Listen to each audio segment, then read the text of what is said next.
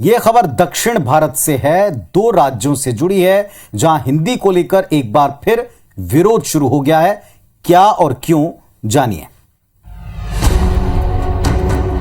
हिंदी हमारी मातृभाषा और राजभाषा है। इसके बावजूद एक बार फिर हिंदी को लेकर दक्षिण के दो राज्यों का विरोध सामने आया। इस बार केरल के सीएम पिनराई विजयन ने प्रधानमंत्री मोदी को एक पत्र लिखा, जिसमें कहा गया कि केरल राजभाषा को लेकर बनी संसदीय समिति की सिफारिशों को स्वीकार नहीं करेगा। पिनराई ने कहा कि किसी एक भाषा को दूसरे के ऊपर बढ़ावा देना अखंडता को नष्ट कर देगा। इस मामले में पिनराई ने प्रधानमंत्री से दखल देने और सुधार करने वाले फैसले की मांग की। उधर तमिलनाडु के सीएम एम.के. स्टालिन ने कहा कि हिंदी थोपकर केंद्र सरकार को एक और भाषा युद्ध की शुरुआत नहीं करनी चाहिए। स्टालिन ने प्रधानमंत्री से हिंदी को अनिवार्य बनाने के प्रयास छोड़ने की अपील की।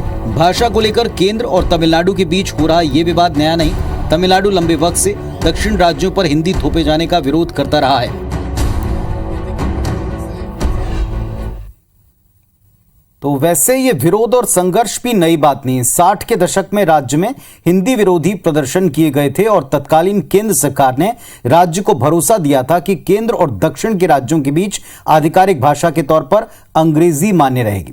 लेकिन इसके बावजूद देश की सबसे ज्यादा बोले जाने वाली भाषा हिंदी है। इस पूरी परिस्थिति को आज के परिवेश में डिकोड करते हैं।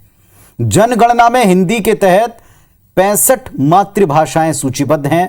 भारत में 52.8 करोड़ लोगों यानी कुल 43.6% आबादी की मातृभाषा हिंदी है। उत्तर प्रदेश, मध्य प्रदेश, बिहार समेत देश के सबसे अधिक आबादी वाले राज्यों में हिंदी प्रमुख भाषा है। भोजपुरी करीब 5 करोड़ भारतीयों की लैंग्वेज है, मदर टंग है। वहीं दक्षिण भारतीय भाषाओं में सबसे ऊपर तेलुगु का स्थान है। ये 6.7% आबादी का प्रतिनिधित्व करती है, उनकी बोली जाने वाली भाषा है। अब कुल मिलाकर क्या इस पर संघर्ष के बीच कोई राह निकाली जाएगी जैसे तब की सरकार ने निकाली थी, या इस पर भी कोई कड़ा मैसेज, कोई कड़ा संदेश आता है?